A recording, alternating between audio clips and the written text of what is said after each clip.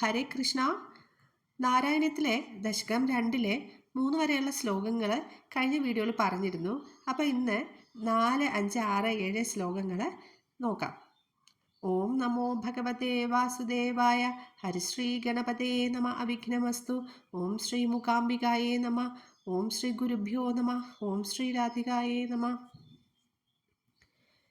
തത്താധൃങ്മധുരാത്മകം തവ വപു സംപ്രാപ്യ സമ്പന്മയീ സാ ദേവി പരമോത്സുകാ ചിരതരം നാസ്തേ സ്വഭക്തേഷ്വപി തേ നാസ്യാബദ കഷ്ടമച്യുത വിഭോ ത്വദ്രൂപമാനോജ്ഞക പ്രേമസ്ഥൈര്യമയാദ ചാപലബലാത് ചാപല്യവാർത്തോദഭൂത് ലക്ഷ്മീസ്താവകരാമണീയകഹൃദൈവേയം പരേശസ്ഥിരേതി അസ്മിന്നന്യദപി പ്രമാണമധുരാ വക്ഷ്യാമി ലക്ഷ്മീപദേ യേ ത്വദ്ധ്യാനഗുണാനുകീർത്തനരസാസക്താ ഹി ഭക്താ ജനാ സ്തേഷ്വേഷാ വസതി സ്ഥിരൈവ ദൈത പ്രസ്താവദത്താധരാ ഏവം ഭൂതമനോജ്ഞതാനവസുധാ നിഷ്യന്ത സന്തോഹനം ത്വദ്രൂപം പരചിദ്രസായനമയം ചേതോഹരം ശൃണ്വതാം സദ്യ പ്രേരയത്തെ മതിം മദയതേ രോമാഞ്ചയത്യംഗകം വ്യാസിഞ്ചത്യഭിഷീദബാഷ്പവിസരൈർ ആനന്ദമൂർച്ഛോദ്ഭവൈ ഏവം ഭൂതതയാ ഹി ഭക്ത്യഭിഹിതോ യോഗസയോഗദ്വയാത് കർമ്മജ്ഞാനമയാത് വൃഷോത്തമതരോ യോഗീശ്വരൈർഗീയതേ സൗന്ദര്യേകരസാത്മകേ ത്വയി ഖലു പ്രേമ പ്രകാശാത്മിക ഭക്തിർനിശ്രമമേവ വിശ്വപുരുഷൈർ ലഭ്യാരമാവല്ലഭ. അപ്പോൾ അർത്ഥം ഒന്നുകൂടെ ശ്ലോകം ചൊല്ലി അർത്ഥം പറയാം.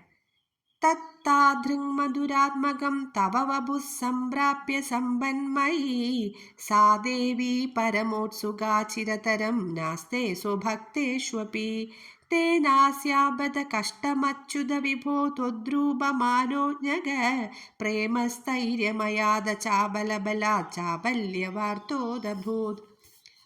ഇതിൻ്റെ അർത്ഥം എന്ന് പറയുന്നത്, മധുരാത്മകമായ ആ ഭഗവാന്റെ ശരീരത്തിനെ പ്രാപിച്ച സമ്പന്നയായ ലക്ഷ്മീദേവി ആ ഭഗവാനിൽ ഏറ്റവും താല്പര്യമുള്ളവളായി തീർന്നതിനാൽ ദേവി തൻ്റെ ഭക്തന്മാരിൽ പോലും സ്ഥായിയായി നിലകൊള്ളുന്നില്ല എന്നാണ്.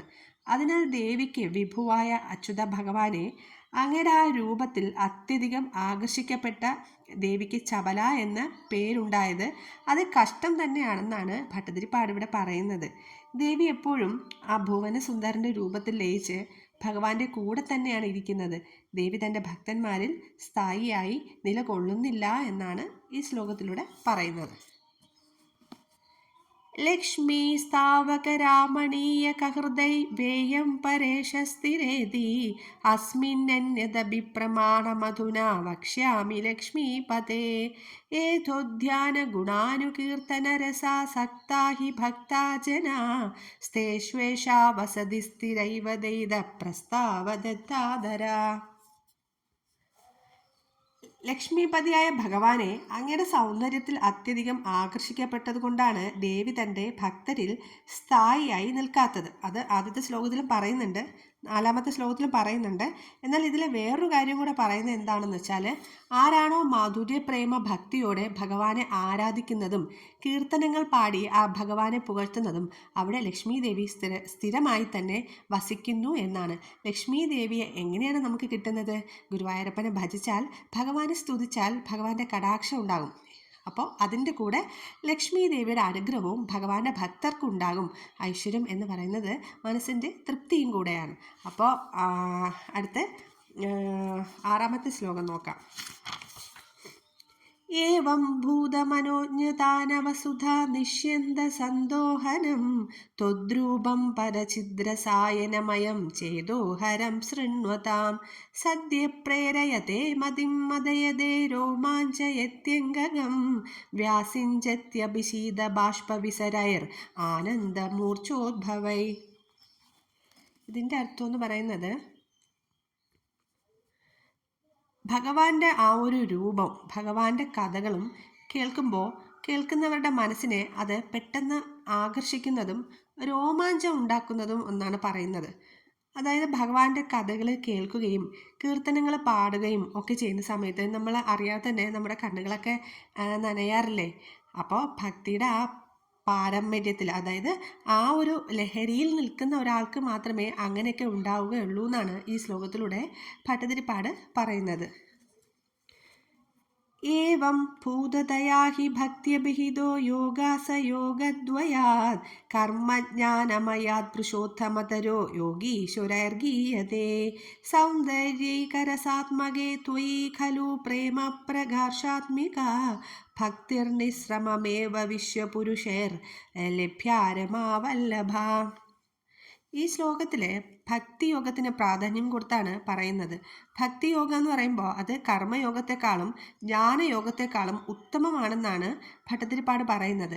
ഭക്തി നമ്മുടെ ഉള്ളിൽ ഉണ്ടാകണമെങ്കിൽ എന്താണ് വേണ്ടത്? ഭഗവാന്റെ നാമം നമ്മൾ ചൊല്ലിക്കൊണ്ടേയിരിക്കണം. അപ്പോൾ എന്നാൽ മാത്രമേ ഭക്തി നമ്മുടെ ഉള്ളിൽ ഉണ്ടാവുകയുള്ളൂ. ഇപ്പം മനുഷ്യരുടെ ഒരു സ്വഭാവം എന്ന് പറയുമ്പോൾ സൗന്ദര്യമുള്ളതിനോടൊക്കെ ഒരു ആകർഷകത്വം സാധാരണ തോന്നാറുണ്ട്. എന്നാൽ അതൊന്നും സ്ഥായിയായ ഒന്നല്ല എന്നാണ് ഇവിടെ ഈ ശ്ലോകത്തിൽ ഭട്ടതിരിപ്പാട് പറയുന്നത്. എന്താണ് ശരിക്കും സ്ഥായി ആയിട്ടുള്ളതെന്ന് പറയുന്നത്? ഭഗവാനോടുള്ള ആ ഒരു നമ്മുടെ ആ ഒരു ഇഷ്ടം, നമ്മുടെ ആ ഒരു പ്രേമം, ഭഗവാന്റെ സൗന്ദര്യം എന്ന് പറയുന്നത് എപ്പോഴും സ്ഥായി ആയിട്ടുള്ള ഒന്നാണ്. അതിനോടൊരു ഇഷ്ടവും സ്നേഹവും ഒക്കെ തോന്നിക്കഴിഞ്ഞാൽ അതിനെപ്പോഴും ഒരു സ്ഥായി ഭാവം ഉണ്ടാകും.